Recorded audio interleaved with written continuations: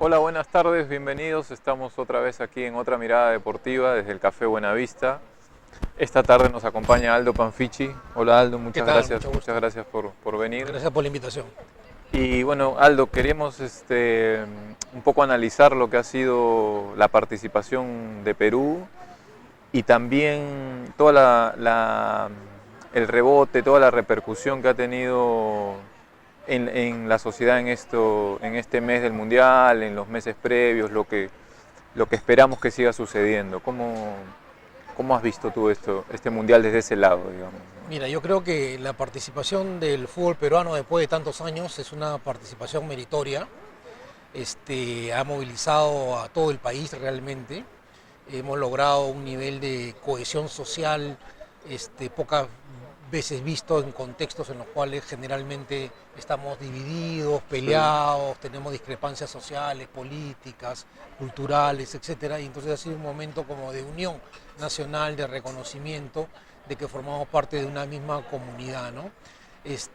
Deportivamente pienso de que hemos tenido una prueba muy dura, y creo que la que nos queda es trabajar para adelante para que esto no sea solamente una noche de un verano, sino que podamos garantizar que el fútbol peruano continúe asistiendo a campeonatos de esta naturaleza. Claro, esa es la idea. ¿Tú crees que este proceso, pues digamos, a mí me queda la sensación de que más partidos de este nivel hubieran hecho que este grupo pues adquiera mucha más jerarquía, ¿no? ¿Cómo ves tú esa posibilidad de seguir creciendo desde ese lado, ¿no? Sí, definitivamente. Yo creo que ahora va a haber más interés en distintos equipos del mundo de jugar con Perú de lo que había previamente. Claro. ¿No? Ahora tenemos un poco más de respeto a nivel internacional y debemos aprovechar, digamos, para ganar más jerarquía y peso en el equipo, porque si bien el fútbol tiene mucho de azar y cosas imprevistas, también es verdad que debimos haber metido los goles cuando debimos haberlos metido. Y no haber fallado lo que debimos haber fallado, porque un equipo, digamos, más cuajado, más maduro, no perdona, ¿no es cierto? Entonces yo creo que estamos en el camino, hemos hecho bien, dadas las circunstancias, dadas las expectativas, y ahora lo que tenemos que empezar a jugar es con equipos más exigentes, en campeonatos más disputados. Para seguir ese nivel, ¿no? Para seguir creciendo. Sí, ahí queda esa sensación, ¿no? De haber hecho las cosas bien, como tú dices, con bastante mérito, pero nos faltó un poquito como para llegar a competir con equipos más grandes, más fuertes, ¿no?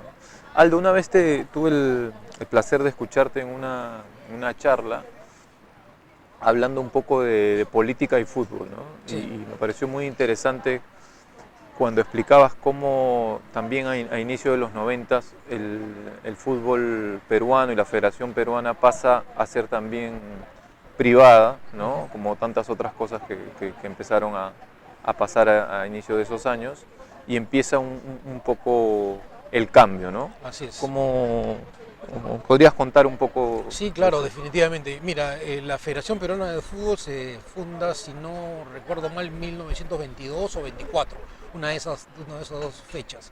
Y desde ese momento hasta el año de 1992, digamos, que son un poco menos de 70 años, el fútbol peruano era, digamos, una función pública, era una función del Estado. Las comisiones seleccionadoras, los presidentes de las federaciones eran nombrados ya sea por el Ministerio de Educación o por otras instancias deportivas, y el Estado tenía una injerencia y una participación porque el fútbol profesional, digamos, era parte de la política pública sobre los deportes en general.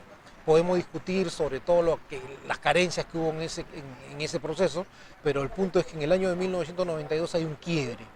Que es un quiebre, que es una suerte de apropiación privada, digamos, no de una empresa, sino de un grupo de dirigentes de la Federación Peruana de Fútbol, a través de un decreto ley que se aprueba en el Congreso Fujimorista, digamos, que además era coherente con este momento de la privatización, Claro. reducción del Estado digamos, y que las cosas de interés público pasaran a ser Para no cosas ser de privados, privadas. claro. Entonces es en el año 92 donde la FIFA envía a Londoño, un dirigente colombiano, Claro. que José María Londoño, ¿no? José María Londoño con a Burga y con Delfino. Delfino era el presidente de la Claro. federación, Burga era su secretario y su abogado personal, y se presentan ante el Congreso y venden la idea de que, digamos, el fútbol peruano debería no tener una injerencia política. ¿Y en otros países de Sudamérica ya funcionaba así? No. Sí, es una parte de una ofensiva en el mundo, digamos, por parte de la FIFA, porque nosotros somos un país pequeño y ahora mediano, Claro. digamos, entonces en ese momento de los años 80 hay un proceso de transnacionalización de la Claro. industria del fútbol, Claro. donde la FIFA ya pasa a ser como una gran transnacional. Claro, claro. Y entonces para poder... Lo que es ahora, ¿no? Lo que es ahora, Claro. y además empieza a tener un influjo de dinero muy grande. Es mucho dinero, digamos, por parte de la transmisión de los partidos de televisión, no solo del campeonato mundial, sino de las otras copas que auspician en las distintas regiones. Entonces tiene una gran cantidad de dinero y Avalanche y, digamos, la gente que estaba en Crea ese la contexto, Conmebol también por ahí, ¿no? crea la Eso sí. Conmebol, Claro. digamos, exactamente crea la Conmebol, lo manda a Paraguay. En Nicolás Paraguay, Leos, ¿no? con Leos, y en Paraguay, por ejemplo, tienen un terreno que les da el gobierno paraguayo donde tienen inmunidad diplomática, ¿no? O sea, la Conmebol ¿Presidente tiene de Paraguay de esos años quién era? la verdad que no recuerdo bien, pero el tema está que es una operación del mundo, digamos, en los cuales se procesa este proceso de privatización y este intento de construir un mecanismo de reproducción del poder en un grupo Claro. de dirigentes a nivel mundial, utilizando este dinero como clientelas y prebendas a grupos Claro. locales que replican el mismo modelo, digamos, dando votos a las ligas departamentales, Claro. diluyendo la posibilidad, digamos, de que De que haya una competencia de que haya por competencia claro. por los recursos y ahí se consolida. Ahora, no todos los países del mundo están en ese sistema, por lo cual, digamos, no es una ley para la FIFA en todos los lugares. Por Claro. ejemplo, yo te podría mencionar, ¿no? Cuba, Rusia, los países árabes, digamos, en el Medio Oriente, ninguno de ellos, Israel, ninguno de ellos Claro. tiene, digamos, el mismo mecanismo. Porque siempre ha quedado, bueno, en el imaginario de la gente de que si el Estado interviene, ¿no? La FIFA desafiliaría a la selección. ¿Es tan así? Mira, yo creo que en el año 92 era difícil de poder implementarlo y era Claro. más bien una medida de presión. Claro. Pero creo que con los años luego se fue consolidando esta posibilidad, incluso no desafiliaba a nadie, creo, Claro. ha sancionado, ha suspendido algunos, Claro. digamos, pero como ya es una industria, digamos, los grupos locales también no quieren quedar fuera del gran negocio Claro. internacional Claro. y entonces hacen presiones y acatan. Pero como te digo, hay países que no sé si son excepciones o digamos, y más de uno, donde esto no se cumple, ¿no? ¿Y qué diferencia encuentras tú cuando aparece ese quiebre que mencionas en el año 92? ¿Qué diferencia con el manejo anterior? ¿Qué diferencia de las décadas del 70, 80 con los primeros años del 90? ¿Crees que repercute también Mira, yo creo futbolísticamente? que lo que sucede es que en los años 60, digamos, tenías mecenas, ¿ya? En los Ya. años, que eran gente que tenía recursos y que apoyaba En los a su clubes de club, fútbol, a los ya. clubes de fútbol en particular, a cambio de cierto prestigio personal, pero no Como negocio. Banquero Rossi en Defensor Banquero, Lima, ¿no? Como Levi En Boys. en Boys, Claro. ¿no? Digamos, como Mulanovic en Alianza, como Pengli en la U, no, capaz, Nicolini. Nicolini. En la U era, digamos, gente que ponía el dinero. Es más, hasta perdió dinero, digamos, Sí. porque no buscaba el negocio, ¿no? Entonces, cuando ya hay una cantidad de dinero tan grande, lo que en los años siguientes lo que ocurre es que ya empiezan a aparecer depredadores. Que Claro. es gente que no tiene dinero, pero que ve en el Pero, fútbol la claro. oportunidad del negocio y empieza la corrupción.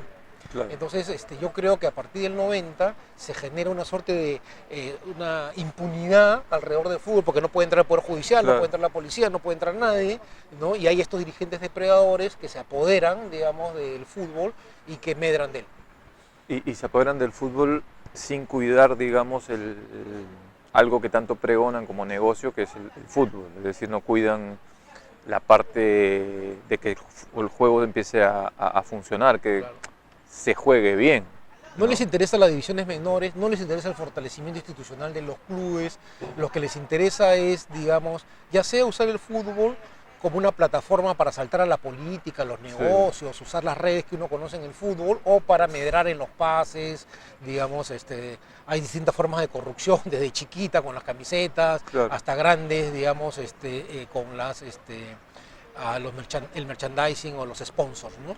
Hemos tenido algunos casos paradigmáticos, ¿no? Digamos, de este tipo de dirigentes depredadores como el Gordo González, el Pocho Alarcón, digamos, por hablar de los equipos más, clubes más emblemáticos. Hoy hemos tenido, y seguimos teniendo de eso, ya 30 años, ¿no? Sí, De un exactamente. fútbol así, que yo te hacía esta pregunta también porque el nivel de juego, de jugadores, de talento, de equipos, también creo que ha ido en desmedro, También, ¿no? sí. O sea, Claro, porque no ha habido interés en un desarrollo institucional realmente, ha habido corto plazo, ¿no? O sea, claro, campeonar, no importa con no importa cómo, cómo, no ¿no? importa cómo, Sino que los números más o menos cierren para los o tener doble dirigentes y tal, contabilidad, claro. digamos, ¿no? Medrar y salir rápido, o sea, digamos, y no dejar nada. Yo creo que mucho del atraso del fútbol peruano proviene de este cambio, que Claro. no fue un cambio, digamos, que produjo un salto cualitativo O sea, en el desarrollo del hoy fútbol. capaz la clasificación al Mundial no nos está cegando de eso, ¿no? De esa parte que hoy todavía funciona y funciona Claro, perfectamente, ahora ¿no? claro, tú sabes que el éxito deportivo te tapa todo, Claro, pero también es un momento de empezar a hablar, digamos, de cómo hacer sostenible esto, ¿no? Y claro. creo que también es una oportunidad como esta que te agradezco para empezar a difundir y discutir, digamos, cómo hacemos que el fútbol sea sostenible, y para ello necesitamos señalar las responsabilidades y los problemas. Y cómo ves tú como posibilidad de cambio, de un acercamiento a una transformación social el fútbol?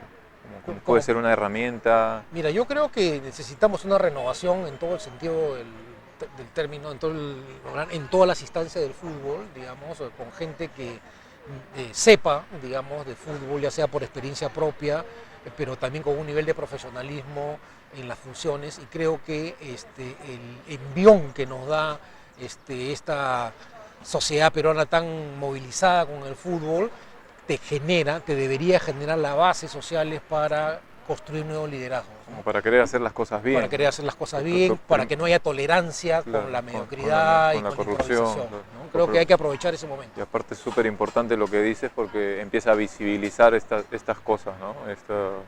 Esta manera de ser que hoy aceptamos como si fuera la única manera de ser, como si no se pudiera ser directivo, como si no se pudiera ser jugador, como si Claro. no se pudiera ser entrenador, desde otro lado, desde otra manera, siempre, digamos, Claro. queriendo lo mejor para el deporte. Bueno, yo te agradezco, Aldo, tu Encantado, presencia Juan. aquí. Muchas gracias. Les agradezco a ustedes por habernos acompañado. Esta fue otra mirada deportiva. Arriba Perú. Arriba Perú.